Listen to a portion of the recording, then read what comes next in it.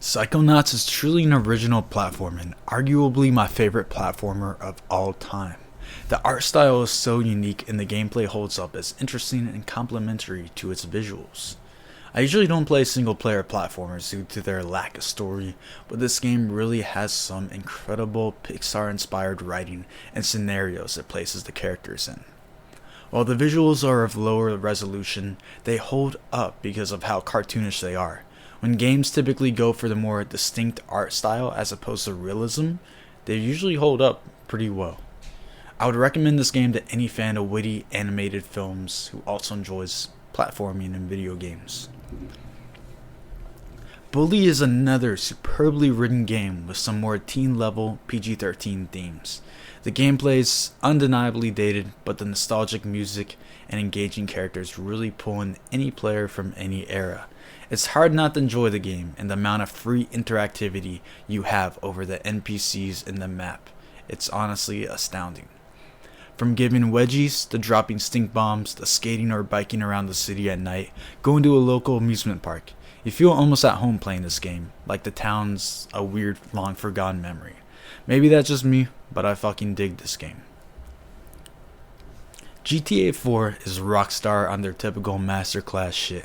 Their signature writing and story of rags to riches is beautifully crafted over this lengthy campaign. The game is definitely less cartoonish than GTA 5, but while the story is more gritty, the line between serious and silly is masterfully written by Rockstar. While the insane amount of driving required and the floaty controls do leave much to be desired, it's hard not to be captivated by the story and the advanced world that they've created. Of course, it's not as advanced technologically as GTA 5, but Rockstar is always at least a half decade ahead of its time, so it's an irresistibly engaging game nonetheless. Mirror's Edge is the ultimate parkour game. First of its craft, and the best, even 15 years after its release. With spectacular level design and fluid gameplay, it's an absolute blast to play. I should also mention the graphics hold up surprisingly well for a game of this age, and the gameplay was well ahead of its time to where this game feels like if it had a fresh coat of paint, it could easily have dropped just yesterday. The story and length of the game are sadly underwhelming, but if you want 5 hours of pure adrenaline and the ability to experience parkour without the risk of broken ankles, this is the game for you. Batman Arkham Asylum is truly a staple and underrated innovator of the action genre. The amount of games inspired by this is actually absurd, and I rarely hear people speak about this.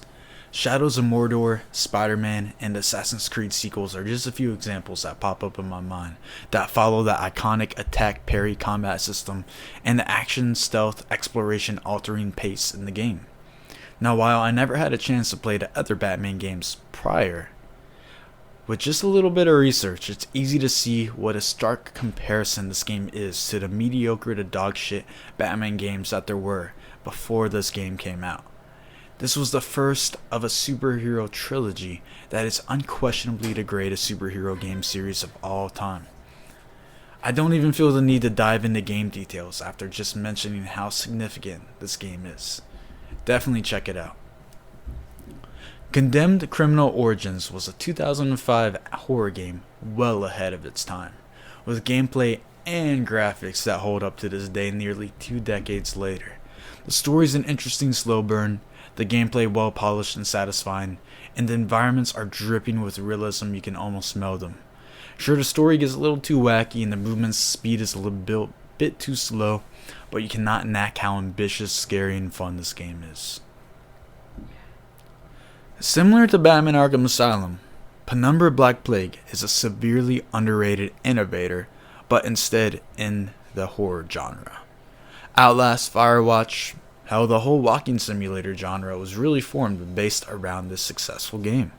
Now, it's not the earliest iteration of this style because I believe Penumbra Overture to be, and it's also not the game that truly popularized the style, which I think is Amnesia: The Dark Descent. But all of these games were designed by the same team, and this truly was their first true success that gave them confidence to create Amnesia that 2 years later. In terms of puzzles and environments, I find this game actually to be more successful in some areas than Amnesia. This game is truly overlooked and is the older brother of Amnesia because playing it, it's impossible not to see the similarities between the two. With a heavy emphasis on physics-based gameplay, no weapons, and a healthy mix between enemy avoidance, puzzles, and exploration. Or they both have this in common.